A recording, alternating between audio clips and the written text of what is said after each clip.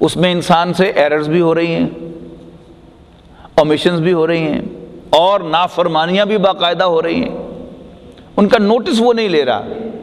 اب قرآن مجید اگلی صبح پڑھتا ہے جی تلاوت کی غرض سے، بشرطے کہ اس کے پیش نظر ہدایت ہو، تو ایک دم جو ہے وہ کوئی آیت آئے گی جس سے وہ ایک دم جو ہے وہ جھنجھوڑ دیا جائے گا، اسے محسوس کرے گا کہ نہیں، مجھے وہ کام نہیں کرنا چاہیے۔ اب یہ ہے اصل میں اللہ تعالیٰ کی طرف سے ڈائریکٹ گائیڈنس جو قرآن مجید پڑھتے ہوئے ملتی ہے، یعنی ہر روز یعنی اللہ تعالیٰ کی مہربانی ہوگی تو روز تلاوت میں کہیں نہ کہیں جھنجھوڑا جائے گا، اور نہیں تو ہفتے 10 دن میں، مہینے میں، 6 مہینے میں ضرور ایک دفعہ جھنجھوڑا جائے گا، اور اتنی طاقت سے جھنجھوڑا جائے گا اللہ تعالیٰ کی طرف سے کہ وہ برائیاں کہ جن کو پہلے سمجھتا تھا کہ وہ برائیاں ہیں، چھوڑنا چاہتا تھا لیکن چھوڑ نہیں سکتا تھا، لیکن قرآن مجید پڑھتے ہوئے جب وہ جھنجھوڑا جائے گا تو واقعتاً ایسے معلوم ہوگا جیسے اللہ تعالیٰ نے کان سے پکڑ کر اس کو سیدھا کر دیا ہے، اور جب اللہ تعالیٰ ہدایت دیتا ہے تو کوئی گمراہ نہیں کر سکتا۔ یہ جو خطبہ ہم ہر جمعے کو سنتے ہیں، ابھی میں نے ابتدا میں بھی وہ الفاظ کہے، من یہدہ اللہ فلا مضل لہ، جسے اللہ ہدایت دے، جسے اللہ راستہ دکھائے، اسے کوئی گمراہ نہیں کر سکتا۔ ومن یضللہ، اور جس کی گمراہی پر اللہ تعالیٰ مہر تصدیق ثبت کر دے، اسے کوئی راستہ نہیں دکھا سکتا۔ تو قرآن مجید کی یہ گائیڈنس جو ہے یہ تلاوت کے اندر ملے گی، اور قرآن مجید میں کیا ڈسٹریبیوشن ہے اس کا میں ایک آپ کو نقشہ دکھاتا ہوں۔ قصہ آدم و ابلیس، یعنی وہ بھی ایک قصہ ہے، ایک کہانی ہے، لیکن قرآن مجید میں کیسے اس کو سپریڈ کیا گیا ہے۔ پہلے پارے کا 4تھا رکوع، وَإِذْ قَالَ رَبُّكَ لِلْمَلَائِكَةِ إِنِّي جَاعِلٌ فِي الْأَرْضِ خلیفہ، قصہ آدم و ابلیس ہے۔ پھر 7 پارے آگے جا کر 8ویں پارے میں، 8ویں پارے کا پورا دوسرا رکوع اور پھر تیسرے رکوع کی بھی کچھ آیات، وہ قصہ آدم و ابلیس ہے۔ اور پھر 6 اور آگے چلیے تو 14ویں پارے میں سورہ ہجر کے اندر پورا ایک رکوع پھر آ گیا۔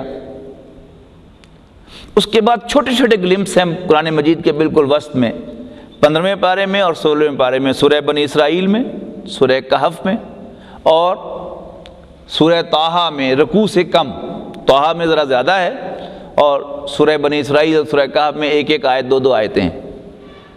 اس کے بعد پھر یعنی 16 کے بعد پھر 7 ایڈ کیجئے تو کتنے ہو گئے؟ 23ویں پارے میں سورہ صاد میں پھر پورا رکوع ہے، اور 7 میں پھر آپ 8 ایڈ کیجئے تو پھر پہلا پارہ آ گیا۔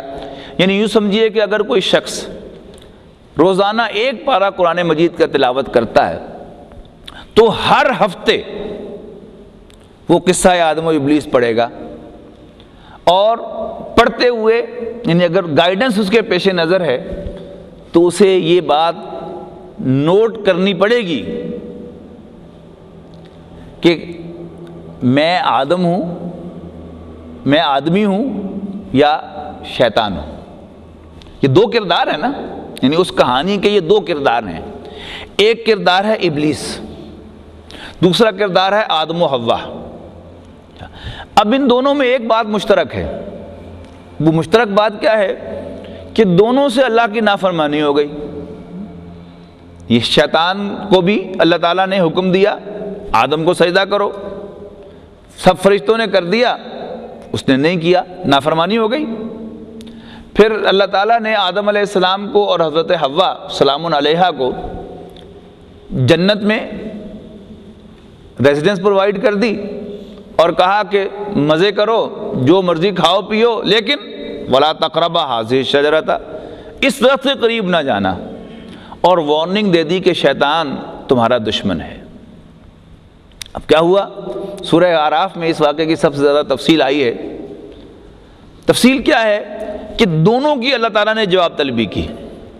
جب شیطان نے سجدہ کرنے سے انکار کیا تو اللہ تعالیٰ نے شیطان کی جواب طلبی کی، قَالَ مَا مَنَعَكَ أَلَّا تَسْجُدَ إِذْ أَمَرْتُكَ۔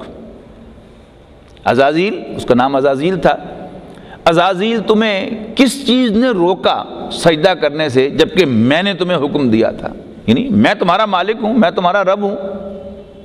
تو how dare you deny it. تو معلوم ہے شیطان نے کیا کہا؟ شیطان نے یعنی سوال تھا کہ تم نے کیوں نہیں مانا، کس چیز نے روکا جبکہ میں تمہارا رب ہوں. جواب اس نے دیا کہ اصل میں اس کو یوں انٹرپریٹ کرتا ہوں کہ اللہ میاں تیرا حکم تو سر آنکھوں پر ہے، لیکن تیرا حکم صحیح نہیں تھا.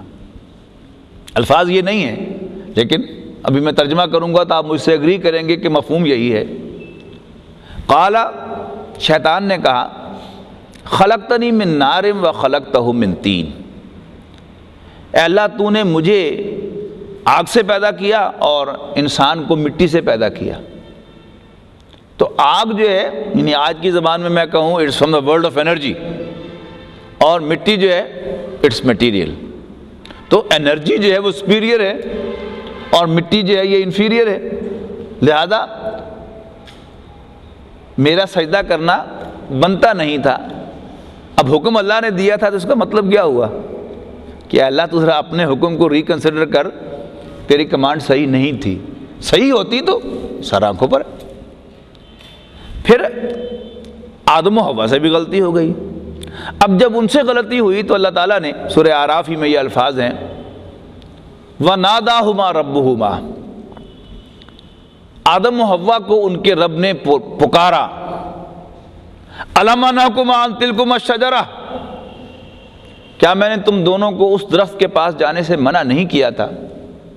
وَأَقُلْ لَكُمَا إِنَّ الشَّيْطَانَ لَكُمَا عَدُوٌّ مُّبِينٌ، اور تمہیں وارن نہیں کیا تھا کہ شیطان تمہارا کھلا دشمن ہے. کہ یہاں اگر آرگومنٹ ہی کرنا ہوتا اللہ تعالیٰ کے ساتھ تو آدم و حوا کے پاس بھی بہت کچھ تھا کہنے کو. اس لیے کہ شیطان نے جو ان سے گپ شپ لگائی تھی آ کر تو انہیں بہت کچھ بتایا تھا، بلکہ یہ بھی بتا دیا تھا کہ اللہ تعالیٰ نے تمہیں زمین کے لیے پیدا کیا ہے اور یہاں تمہیں رکھا ہے، اور وہ جو پھل کھانے سے، درخت کے پاس جانے سے تمہیں منع کیا ہے، بتاؤں تمہیں اس کی خوبی کیا ہے؟ تمہیں پتا ہے نا کہ میں اندر کا آدمی ہوں؟ ہاں بالکل پتا ہے. اصل میں اس کی خوبی یہ ہے کہ جو اس درخت کو کھا لے اسے جنت کا گرین کارڈ مل جاتا ہے. الفاظ سن لیں، آپ ایگری کریں گے کہ میں نے صحیح ترجمانی کی ہے. کہ شیطان آیا آدم و حوا کے پاس، فوسوس لہما الشیطان، پس شیطان نے ان کے دلوں میں وسوسہ اندازی کی، وسپر کیا، لیبدی لہما ما وری عنہما، تاکہ وہ ان کی شرمگاہیں ایکسپوز کرے.